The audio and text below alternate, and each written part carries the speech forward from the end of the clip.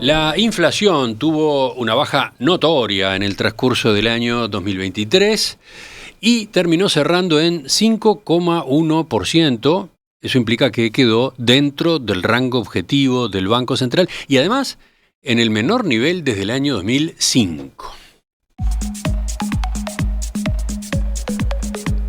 Este descenso de la inflación permitió, a su vez, una recuperación interesante de los salarios reales, que en los 11 meses a noviembre acumularon un aumento promedio de 3,7% frente al mismo periodo del año previo.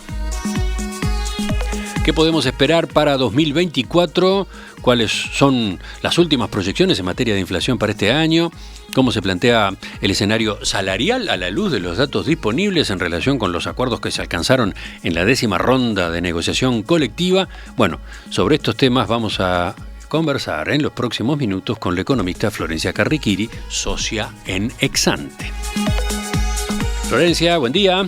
Buen día, Emiliano. Buen día, Romina. ¿Cómo andan? Muy bien. ¿Todo bien? Florencia, a ver, tal como hemos venido comentando en este espacio, la inflación tuvo una baja más rápida y más intensa de lo esperado en 2023, ¿verdad? ¿Te parece si comenzamos comentando estas cifras? Sí, claro. A ver, la verdad es que el dato de diciembre puntualmente marcó una inflación un poco más alta de lo que estimábamos, sobre todo porque hubo una suba mayor de precios de frutas y verduras y porque el impacto del programa UTE Premia sobre los precios de la electricidad residencial fue algo menor de lo que venía siendo en años previos. La verdad, el IPC bajó 0,1% en diciembre en este marco, cuando estimábamos un descenso de 0,4% en el mes, pero la verdad es que de todas maneras, como adelantaba Emiliano, eso dejó una inflación anual en 5,1% al cierre de 2023. Es decir que, pese a que vimos cierto repunte en el último tramo del año, la inflación efectivamente bajó mucho en 2023 y cerró cómodamente dentro del rango meta y como decíamos recién también en el menor registro anual desde 2005.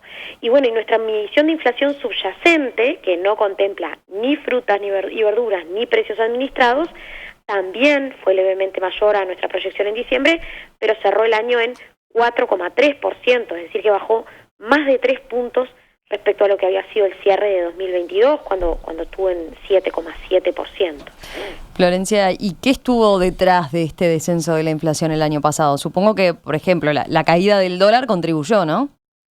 Sí, a ver, la verdad es que la menor inflación en 2023 recogió sobre todo niveles excepcionalmente bajos de lo que llamamos inflación transable, ¿no? La inflación transable fue de menos de 2% el año pasado. Cuando hablamos de rubros transables, recordemos que estamos hablando de bienes y de servicios que se comercian con el exterior y cuyos precios, por tanto, dependen esencialmente de los precios internacionales, digamos, de referencia y de lo que es la evolución del dólar. En ese sentido, la apreciación de nuestra moneda, como bien decías, el tipo de cambio cayó casi 6% en el promedio de 2023 y la baja de la inflación global fueron sin duda dos determinantes claves y a su vez en algunos rubros también habría incidido el contexto de competencia fuerte del consumo en Argentina, ¿no? De hecho, más del 40% de los rubros transables tuvieron caídas nominales de precios en 2023. ¿Y qué pasó a nivel del componente no transable en el que el dólar, impacta menos directamente? Bueno, la inflación en el componente no transable de la canasta del IPC también se moderó, bajó de 8,6% en diciembre de 2022 a 6,5% al cierre de 2023, pero en este caso permaneció fuera del rango meta, ¿no? Inclusive al interior de lo que es el componente no transable, la gran mayoría de los rubros, casi el 70%, mostró variaciones de precios superiores a lo que es el objetivo de inflación, es decir, mayores a 6%. ¿Y qué se puede esperar para este año en materia de inflación? ¿Seguirá dentro del rango meta? A ver, nuestros modelos indican que en este comienzo de 2024 la inflación va a tender a bajar incluso algo más desde los niveles actuales, podría llegar a ubicarse algunas décimas por debajo de 4%, incluso entre lo que son marzo y mayo de este año. Eso esencialmente reflejaría una reversión importante de lo que es la dinámica inflacionaria en frutas y verduras, que recordemos que llegaron a acumular un incremento de precios de 40% en los primeros 4 meses de 2023, ¿no? Eso no esperamos que se repita en enero-abril de este año. Ahora, desde ese piso que estimamos en abril-mayo, la inflación tendería a subir en la segunda parte del año y se situaría en niveles en torno al techo del rango objetivo de 6% entre agosto y diciembre, según nuestras últimas proyecciones. Eso porque esperamos sobre todo un aumento apreciable de la inflación del componente transable desde niveles actuales que, como decía antes, son realmente extremadamente bajos. Ya sin bajas adicionales del tipo de cambio y en la medida en que no esperamos que se repitan, digamos, las caídas en los precios de los alimentos y de otros rubros no alimenticios que vimos en el transcurso de 2023, la inflación transable, a nuestro juicio, tendería a aumentar este año, ¿no? Permaneciendo, sí, muy por debajo de los niveles de 2 dígitos que llegamos a ver en 2022, pero subiendo hacia niveles más en el entorno del 6%. Bien, está claro entonces. Florencia, a ver, y frente a este panorama, en materia de inflación, ¿qué cabe esperar en relación con los salarios reales? En 2023 tuvieron una recuperación significativa, ¿verdad? Sí, sin dudas. A ver, en general sabíamos o esperábamos que los salarios reales después de 3 años de caída iban a comenzar a subir en 2023, pero en la medida en que la baja de la inflación fue más rápida de lo previsto, la recuperación de los salarios reales también fue más rápida, fue más intensa de lo que esperábamos al inicio de 2023, concretamente con las cifras disponibles a noviembre, y como adelantaba Emiliano, los salarios reales promedios subieron 3,7% frente al mismo periodo de 2022, con un incremento de 3,3% a nivel de los salarios reales del sector privado y de más de 4% a nivel del sector público. ¿Y seguiremos viendo una recuperación salarial en 2024? ¿Qué surge, por ejemplo, de los acuerdos que se han ido cerrando en esta última ronda de negociación salarial? Bueno, a ver, la ronda de negociación todavía no finalizó, pero en la página web del Ministerio de Trabajo y Seguridad Social ya están publicados unos 150 convenios de las 182 mesas que estuvieron en negociación durante 2023. En ese sentido, a ver, quizás valga la pena recordar que la fórmula que estableció el Poder Ejecutivo para esta negociación sugería acuerdos con plazos de 2 años, es decir, desde julio de 2023 a junio de 2025, con 4 ajustes nominales semestrales en enero y julio de cada año, y calculados esos ajustes en función de la inflación proyectada por el gobierno en la rendición de cuentas, que es 6,7% para 2023 y 5,8% para 2024 y 2025, y un componente de recuperación del salario real perdido durante el periodo de pandemia, digamos, y no recuperado en lo que había sido la ronda pasada. También se previeron en esos lineamientos correctivos anuales en lo que es julio 2024 y julio 2025 por eventuales desvíos, digamos, entre la inflación estimada y la inflación efectiva. A la luz de los convenios que ya conocemos, la verdad es que el nivel de cumplimiento o de adhesión a las pautas emitidas por el Poder Ejecutivo ha sido bien alto, tanto en términos de lo que es la duración de los nuevos convenios, como en materia de la periodicidad de los ajustes y de los correctivos por inflación pasada.